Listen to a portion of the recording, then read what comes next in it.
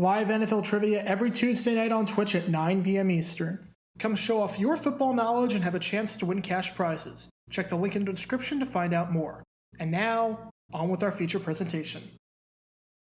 Bob Griese is one of the greatest quarterbacks of all time, and the 8-time Pro Bowler is in the Hall of Fame for a reason.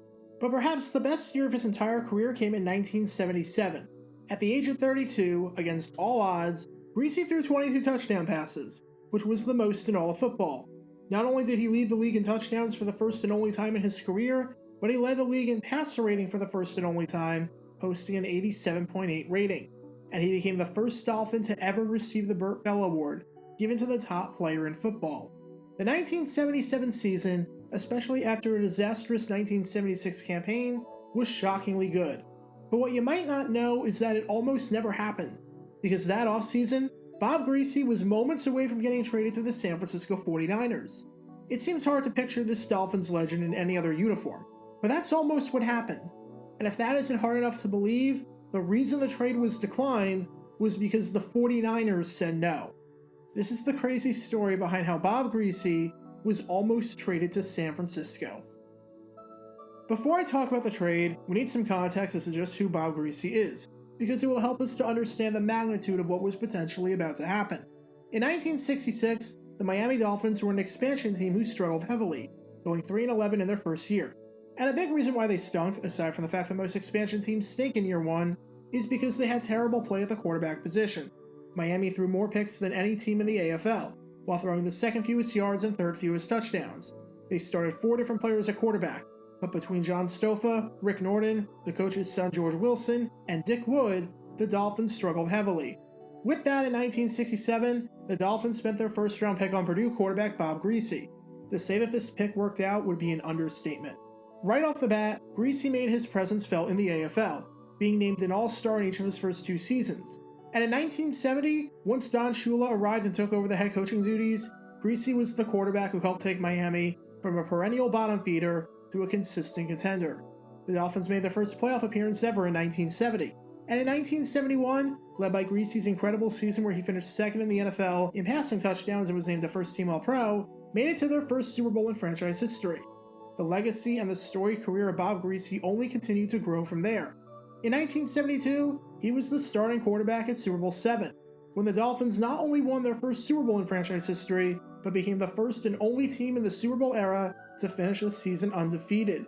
And in 1973, the fully healthy Griese did it again, leading Miami to their 3rd straight Super Bowl appearance and 2nd straight Super Bowl victory.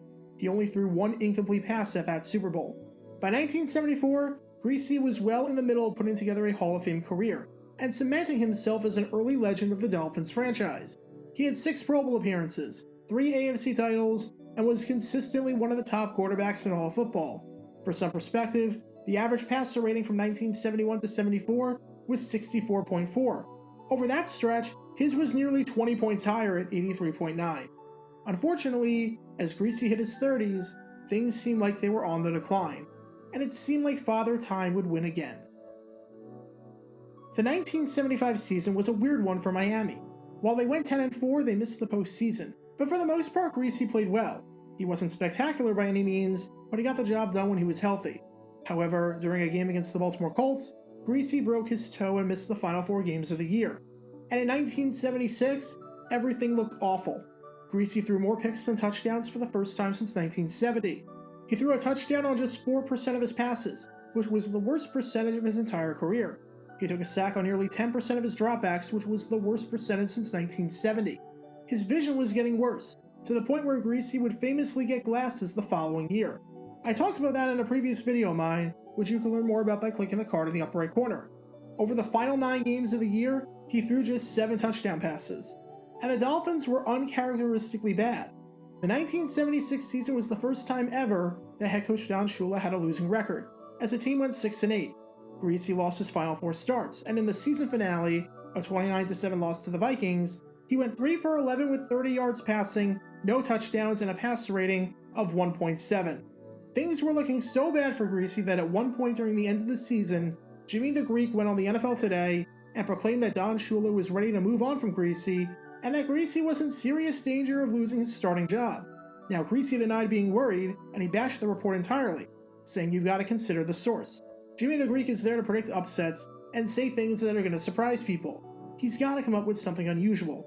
But even if Griese tried to deny it, there was some truth to the comments, especially since even though Shula defended his quarterback, he didn't outright refute the report. The bottom line was that in 1976, the Dolphins were losing. Griese was declining, he wasn't getting any better, and was suffering injuries left, right, and center. Aside from the broken toe at the end of the 1975 season and the blurred vision, he had a concussion with lingering effects, with unexplained dizziness occurring at random points. He also had a dislocated finger on his throwing hand. And keep in mind that this report and these concerns were posted when the Dolphins were 5-4 and in the playoff hunt, before Griese lost his final 4 starts. After a disastrous 1976 season, it looked like the end of an era. Because when the 1976 season ended, Don Shula and the Miami Dolphins were looking at trading away their franchise quarterback.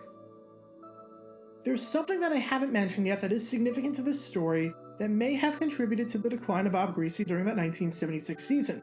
For the previous 6 years, Monty Clark was on the staff of the Dolphins, and in 1974, even served as the team's offensive coordinator. After the 1975 season, Clark became the head coach of the San Francisco 49ers. San Francisco had suffered 3 straight losing seasons under head coach Dick Nolan, and Clark was now taking over hoping to right the ship. And in that first season, the 49ers were pretty good, going 8-6. However, the team struggled down the stretch. After a 6-1 start, the Niners finished the season losing 5 of their final 7 games. A big reason why the team suffered over the second half of the year was because Jim Plunkett was not good at all. Even though the Niners acquired Plunkett in the offseason from the Patriots and had high hopes for the former first overall pick and Heisman winner, it didn't work out that way at all. Over Plunkett's final 5 starts, the Niners went 0-5. Over his last 6 games, he completed just 45% of his passes while throwing just 3 touchdowns and 9 interceptions, and posting an abysmal passer rating of 38.7, which is worse than if you did nothing but spike the ball to the ground on every single play. He was fed up with San Francisco too, saying after one loss, "Seems like every quarterback who ever played here got booed." Keep in mind the 49ers had a fantastic defense that year. They allowed the 3rd fewest points and the 2nd fewest yards in the entire league, and had a 4-game stretch in October where they allowed a grand total of 9 points and had 2 shutouts. And the rushing attack was solid. They finished 5th in rushing yards, and Delvin Williams had over 1,200 rushing yards and made the Pro Bowl. The main thing holding them back, it seemed like, was a quarterback. So Monty Clark needed a quarterback. He knew what Bob Griese could do, having worked with him for many years before. In his eyes, having Griese could get the Niners over the top and competing in the NFC with the likes of Dallas and Minnesota. The Dolphins were looking to get rid of Griese. And with that, the Dolphins and the Niners began speaking to each other. The trade proposal was the Dolphins giving up Griese and the 49ers giving up 2-time Pro Bowl defensive end Cedric Hartman. Now, Miami only had 20 sacks in 1976, which was the 3rd fewest in the league. Miami would get to improve their pass rush with Hartman, while Don Strock would take over at quarterback, and San Francisco would get the Dolphins legend. The trade was moments away from getting done. So why did it all fall apart? Here's the short version of the chaos involving the 49ers during the offseason. In March 1977, the 49ers hired a new general manager after Edward DeBartolo Jr. bought the franchise. DeBartolo wanted Joe Thomas, and Thomas and Clark worked together in Miami. Now, Clark did not like Thomas at all, and Clark did not want to give up his personnel duties. Because of this power struggle, Clark was fired and was replaced by Ken Meyer. Just like that, Clark was no longer the one calling the shots in San Francisco. And because of this, the Niners were not as interested in the trade anymore. Meyer and Thomas liked Plunkett enough to keep him in 1977, and they didn't want to give up Cedric Hartman. So when the Dolphins offered the trade up to the 49ers again after this change in the front office, this time, the Niners declined.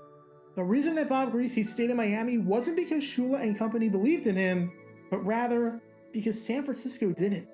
The rest is history. Griese stayed in Miami and had a bit of a career resurgence. In 1977, Griese led the league with 22 touchdown passes and was named a Pro Bowler and a first-team All-Pro. Oddly enough, the Dolphins played the 49ers that year, and the Dolphins won 19-15 on a game-winning second-half touchdown pass by none other than Bob Griese. In 1978, Griese led the league in completion percentage, completing 63% of his passes while being named to the 8th Pro Bowl of his career. And Griese would stay in Miami until 1980, when he would retire after getting injured that season. Griese played another 4 years with the Dolphins and played most of that time at a really high level. Meanwhile, San Francisco had one of the worst passing offenses in football over the following 2 years, so I'm guessing they wish that they took that trade. It's crazy how with just one personnel move, if DeBartolo didn't buy the 49ers, or if DeBartolo didn't push Thomas onto Clark, that Bob Griese would have likely finished his career as a San Francisco 49er.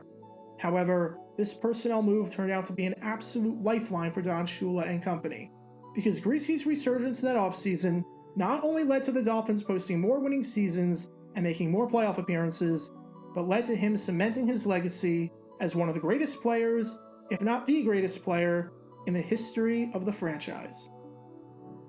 Be sure to like this video, ring the notification bell, and subscribe down below if you haven't already, as it helps the channel out a lot. And be sure to check out Twitch every Tuesday night at 9 p.m. Eastern for your chance to play NFL trivia and win cash prizes. Link in the description below. If you want to see videos like this condensed down to 60 seconds, then follow me on TikTok at JRGator9 and subscribe to 60-Second NFL History on YouTube. To see highlight videos of players throughout the history of the NFL, subscribe to JG9 Highlights. Also, special thanks to all of our Patreon supporters for helping the channel. Your support is greatly appreciated. See how you can become a patron and request future video topics in the description below.